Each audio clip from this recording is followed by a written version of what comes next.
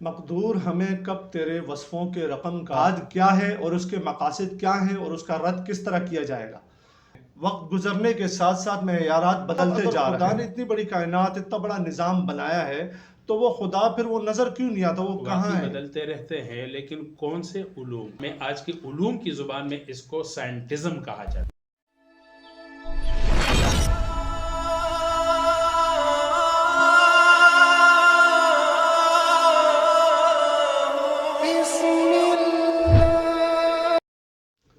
مقدور ہمیں کب تیرے وصفوں کے رقم کا، حقا کہ خداوند ہے تو لوح و قلم کا۔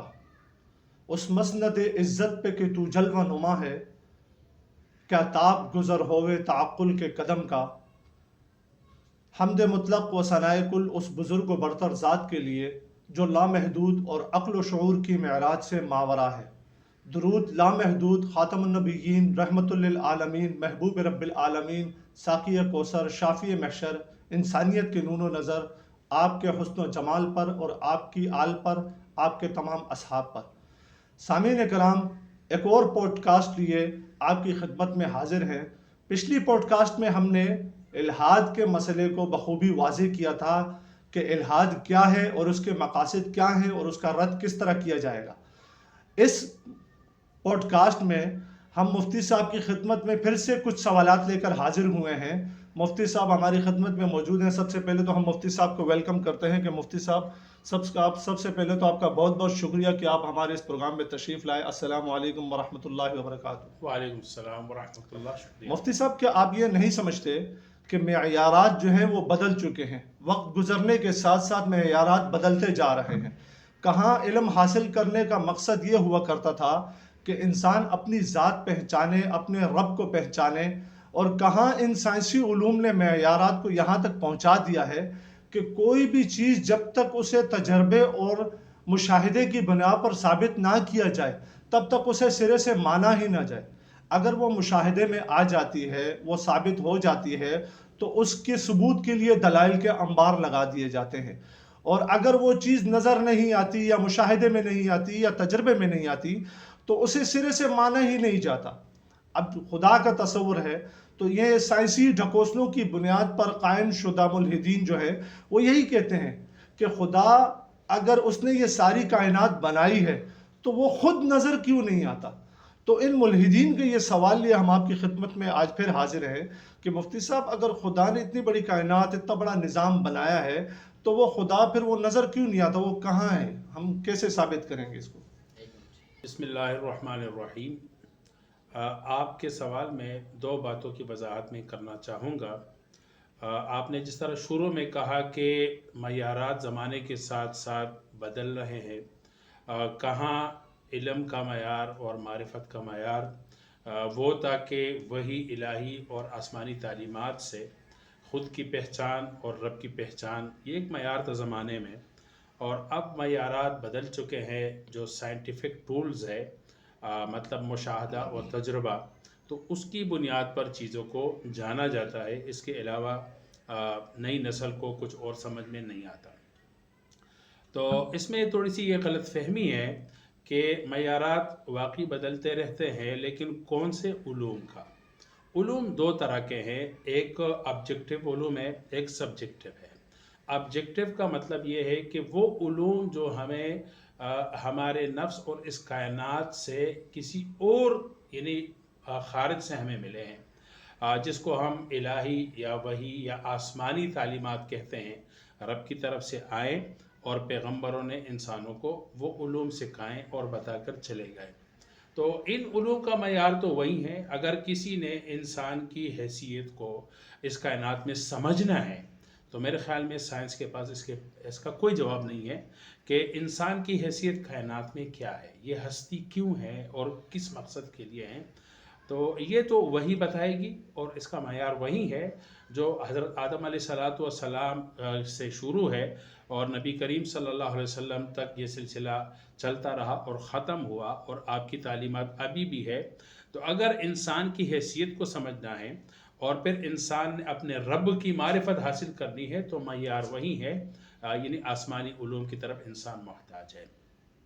دوسرے علوم اللہ رب العزت نے انسان کے اندر رکھے، انسانی عقل و شعور پر رکھے ہیں، اور انسان کو فری ول دیا، اختیار دیا، اور بلکہ قرآن کریم میں بار بار تدبر کا حکم دیا گیا کہ کائنات میں غور کرو۔ تو جو سبجیکٹو نالج ہے، علوم ہے، تو اس میں انسان کے شعور اور عقل کی ارتقاء کے ساتھ ساتھ معیارات بھی بدلتے رہتے ہیں، تو اس میں کوئی ایسی بات نہیں ہے۔ ہاں، یہ بات پھر غلط ہے کہ ہم انسانی علوم کے معیارات سے ہم آبجیکٹو علوم جو آسمانی علوم ہیں ان کو پرکھیں، تو میرے خیال میں اس کا تعلق نہ سائنس سے ہے، نہ فلسفے سے ہے، نہ مذہب سے ہے، بلکہ آج کی زبان میں، آج کی علوم کی زبان میں اس کو سائنٹزم کہا جاتا ہے۔ سائنٹزم کا مطلب ہے کہ آپ سائنٹیفک ٹولز کو سائنسی دائرے سے نکالیں اور اس کو آپ کہیں اس کے دائرے سے الگ، جو اس کے دائرے میں نہیں ہے، اس پہ آپ اپلائی کریں، تو یہ بات غلط ہے۔ اس کی آسان سی مثال ہے کہ اگر آپ کے پاس ڈیزل کی گاڑی ہے، آپ اس میں پیٹرول ڈال دیں تو کیا وہ گاڑی چلے گی؟ نہیں چلے گی۔ آپ کے پاس موٹر سائیکل ہے، آپ اس میں پیٹرول کے بجائے سرسوں کا تیل ڈال دیں تو وہ بھی تیل ہے، کیا وہ گاڑی چلے گی؟ نہیں چلے گی، تو یہ ظلم کہلائے گا۔ دوسری بات کہ اللہ رب العزت نے اتنی بڑی کائنات جو کہ 93 نوری سال لائٹ ایئرز پر ہے، اور اس کی وہ مطلب پھیلاؤ ابھی بھی ہو رہا ہے، تو اتنی بڑی کائنات بنانے والی جو ذات ہے، ہستی ہے، وہ سامنے کیوں نہیں ہے؟ ہم اس کو دیکھ کیوں نہیں سکتے؟ تو دیکھیں بھائی، ہمارے دیکھنے کا جو پیمانہ ہے وہ ہم 3 ڈائمنشن میں دیکھ سکتے ہیں، یعنی طول، عرض اور عمق، ہم 3D میں رہ رہے ہیں۔ اس کے اندر جو چیز ہوگی تو وہ ہمیں نظر آئے گی، اگر 1D ہو، اگر 2D ہو، یا 4D ہو، 5D ہو، جس طرح کہ آج کی سائنس تقریباً 10 ڈائمنشن کا، یعنی 10D کا وہ کر رہی ہے، ایک تھیوری دے رہی ہے۔ تو میرے خیال میں اگر 3D سے کچھ آگے یا پیچھے ہوگا تو انسان کو نظر نہیں آئے گا۔ دوسری بات کہ اللہ رب العزت جب اس کائنات کے خالق ہے تو خالق اپنی مخلوق کے اندر نہیں ہو سکتا۔ خدا کو دیکھنے کے لیے انسان کو اس کائنات سے باہر جانا پڑے گا، جو آج انسان کے بس میں نہیں ہے۔ اتنی زیادہ ترقی اور ٹیکنالوجی کے باوجود اب پوری کائنات کا جو ٹوٹل حصہ آبزرو ہوا، جو مشاہدے میں آیا اور انسان اس تک مطلب پہنچا ہے، وہ صرف اور صرف 5% ہے۔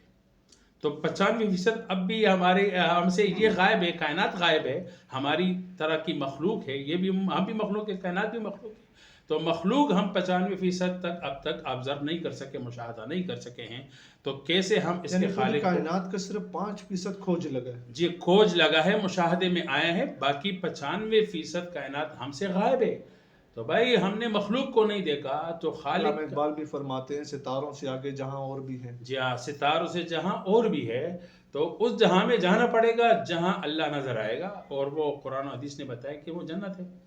جی جی، تو مفتی صاحب آپ یہ کہنا چاہ رہے ہیں ہم انہی آنکھوں سے اگر مطلب اس کائنات سے باہر جائیں تو اپنے اللہ کو دیکھ سکتے ہیں؟ جی، اس کائنات سے باہر جانے کا جو قرآن و سنت نے بتایا، اگر ہم ملٹی ورس کی تھیوری لے لیں، جس طرح کہ آج کل کی ایک نئی تھیوری آئی ہے، جو اسٹیبلش نہیں ہے لیکن یہ کہ ایک تھیوری کے طور پر ہے کہ یہ ایک کائنات نہیں ہے بلکہ بہت ساری کائناتیں ہیں، اور وہ انفینٹ ہے، یعنی اس کی کوئی تعداد نہیں ہے، اور ممکن ہے کہ وہاں کے جو نیچرل لاز ہے وہ کچھ اور ہو، اس دنیا سے الگ ہو کچھ اور۔ کا مطلب ہے کہ ہو سکتا ہے کہ یہاں پہ مرغی انڈا دیتی ہے تو وہاں پر ممکن ہے کہ مرغی جو ہے وہ ہاتھی جنتی ہو، مطلب یہ ایک مثال ہے۔ تو اگر وہ کائنات بھی مخلوق ہے اور اسی کائنات کی طرح ہے تو وہاں بھی خدا نظر نہیں آئے گا۔ خدا کہاں پہ نظر آئے گا؟ دیکھیں، کسی بھی چیز کو ہم ایک دیکھنے کے لیے ہمارا ایک دائرہ ہوتا ہے، جس طرح کے بیکٹیریاز ہیں، ہمارے ہاتھوں پر ابھی بہت سارے بیکٹیریاز ہوں گے، لیکن کیا ہم اپنے کامن آنکھوں کے ساتھ دیکھ سکتے ہیں؟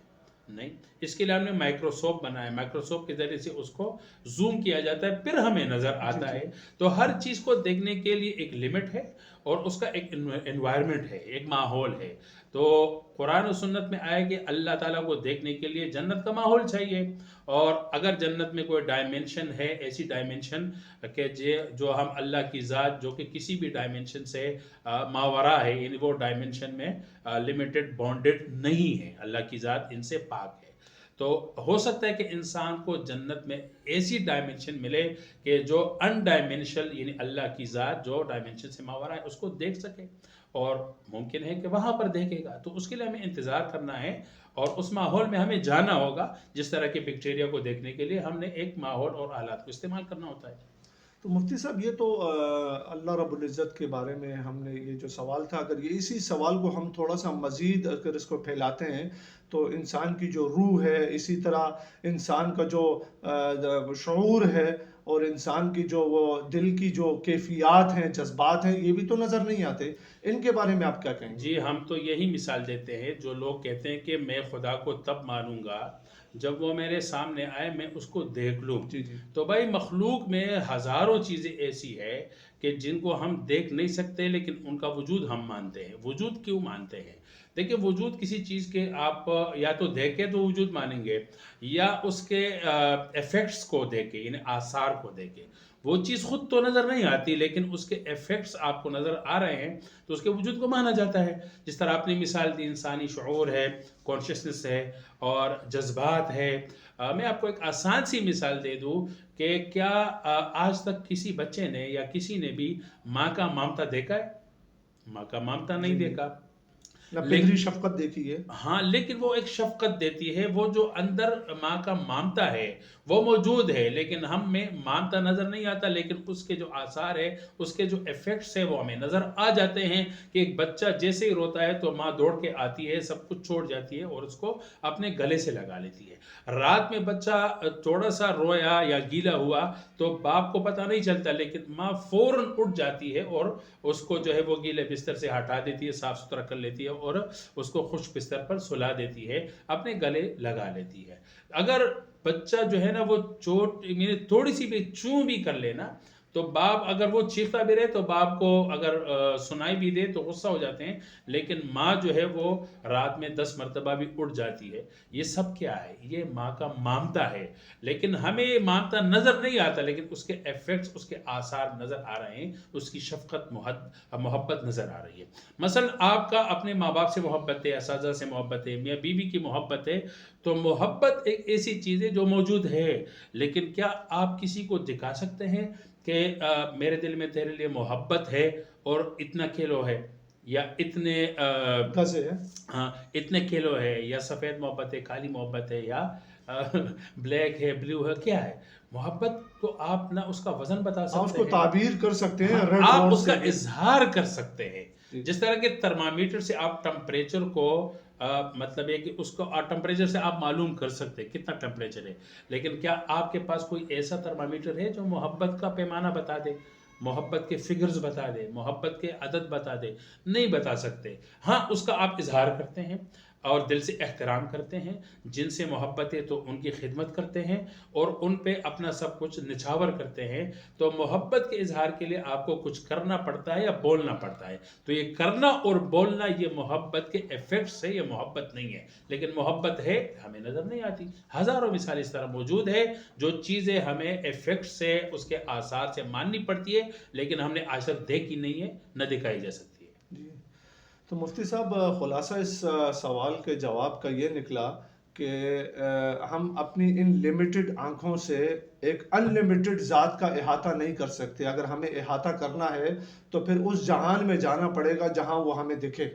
جی بالکل، آپ نے بالکل صحیح سمجھا. اس کے علاوہ مفتی صاحب دوسرا سوال جو ان ملحدین کی طرف سے ہوتا ہے، عموماً ہوتا ہے کہ وہ یہ کہ جب اس اللہ رب العزت نے اتنی بڑی کائنات بنائی ہے تو اس اللہ رب العزت کو کس نے بنایا؟ دیکھیں اس کی آسان سی مثال ہے، بہت کامن، اور اس کو کہتے ہیں کہ لوجیکل فیلاسی، یعنی منطقی مغالطہ. کائنات کو کس نے بنایا؟ خالق نے بنایا. تو مثلا آپ کے سامنے ایک لکڑی پڑی ہے تو کامن سینس کیا کہے گی؟ کامن سینس یہ کہے گی کہ اس لکڑی کو کس نے بنایا؟ نہیں. جنگل میں ہزاروں لکڑیاں پڑی رہتی ہے، لیکن کسی کامن سینس میں یہ سوال نہیں اٹھتا کہ اس لکڑی کو کس نے بنایا. لیکن اگر اسی لکڑی سے ایک خوبصورت میز بنی ہوئی ہو، کرسی بنی ہوئی ہو، الماری بنی ہوئی ہو، تو جیسے ہی آپ کمرے میں آئیں گے تو لکڑی کے کسی بھی فرنیچر کو دیکھیں گے آپ کو خوبصورت لگے گی، اور وہ چیز آپ کو بنی ہوئی لگے گی. اس کی ساخت سے آپ فوراً آپ کا کامن سینس کیا کہے گا؟ یہ کہے گا بھائی اس کو کس نے بنایا؟ بڑے ماہر کاریگر نے بتایا. تو کامن سینس کی بات ہے کہ ہم کائنات کی ساخت کو جب دیکھتے ہیں، اس کی بناوٹ کو دیکھتے ہیں، تو ہمیں یہ کائنات بنی ہوئی نظر آتی ہے. تو اسی لیے کامن سینس کا سوال ہے کہ اس کو کس نے بنایا؟ تو جواب ہے کہ خالق نے بنایا. اب اللہ رب العزت کی کوئی ساخت نہیں ہے. اس کی ذات کو ہم نے کیسے پہچانا؟ اس کی ذات کو ہم نے صفات سے پہچانا. اس کی صفات پہ جب ہم غور کرتے ہیں، مطالعہ کرتے ہیں، تو اس کی صفات میں ہمیں کوئی ایک ایسی صفت نہیں ملتی کہ جو اس کی بنی ہوئی ساخت بتاتی ہو. ٹھیک ہے، کوئی ایسی صفت نہیں ہے. اگر اللہ کی صفات میں کوئی ایسی صفت ہوتی جو اس کے بناوٹ اور اس کی ساخت پہ دال ہوتی کہ وہ بنا ہوا ہے، تو پھر تو سوال ہوتا کہ بھائی خدا کو کس نے بنایا.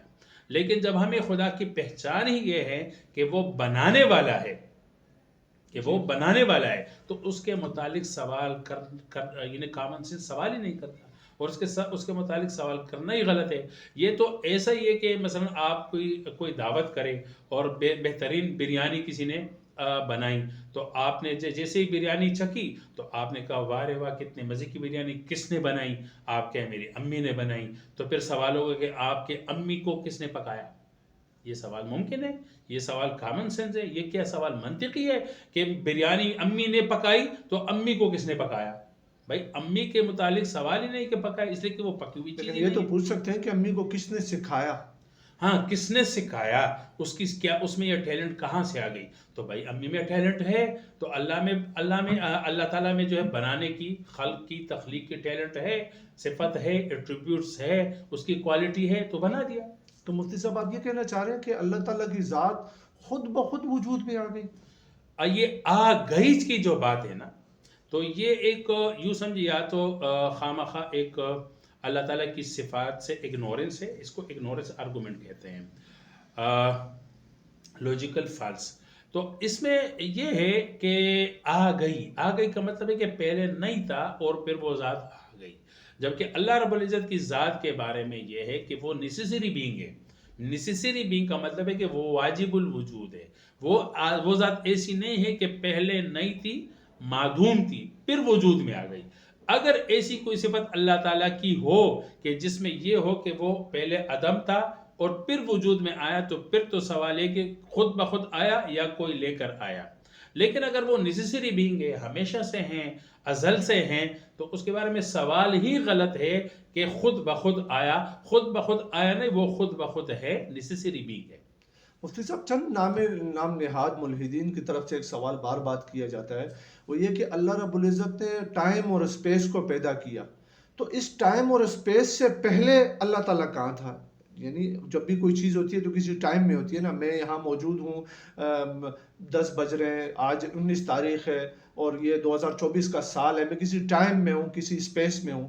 تو اللہ رب العزت نے اس ٹائم اور اسپیس کو بنایا ہے، تو اس ٹائم اور اسپیس سے پہلے اللہ تعالیٰ کہاں تھے؟ ٹائم اور اسپیس سے پہلے اور ٹائم اور اسپیس کے بعد، بننے کے بعد بھی صحیح ہے. اللہ تعالیٰ ٹائم اور اسپیس سے ماورا ہے. یہ نہیں ہے کہ ٹائم اور اسپیس بننے کے بعد وہ ٹائم کے اندر آ گیا. کیونکہ جو میں نے مثال دی کہ جب آپ نے اگر جگ بنایا تو کیا آپ جگ کے اندر ہے؟ جگ کے اندر تو نہیں ہے. جب ٹائم اللہ کی مخلوق ہے تو اللہ ٹائم کے اندر نہیں ہوگا.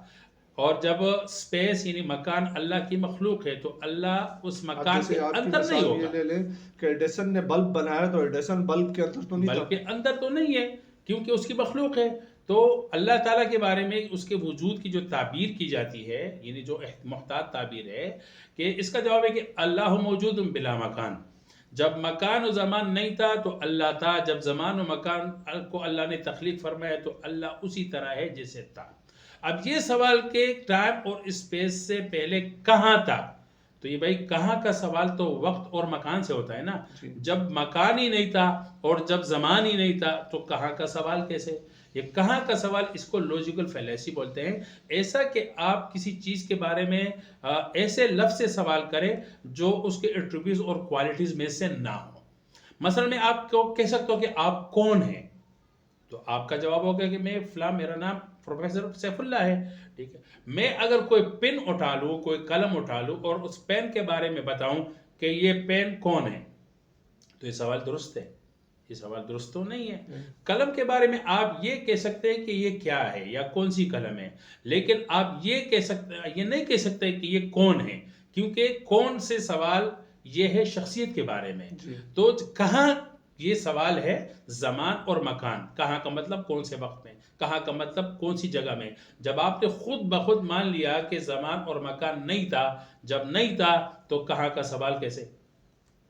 مفتی صاحب آپ کا بہت بہت شکریہ کہ آپ تشریف لائے اور آپ نے تمام سوالوں کے جواب کما حقہ ادا کیے. تو سامعین کرام، اللہ رب العزت کی ذات وہ ٹائم اور اسپیس کی محتاج نہیں ہے. ہم ٹائم اور اسپیس کے محتاج ہیں. ہمیں وقت کی ضرورت ہے، ٹائم کی ضرورت ہے، زمانے کی ضرورت ہے.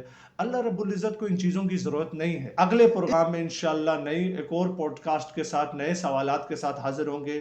تب تک کے لیے اجازت دیجیے. السلام علیکم ورحمۃ اللہ وبرکاتہ.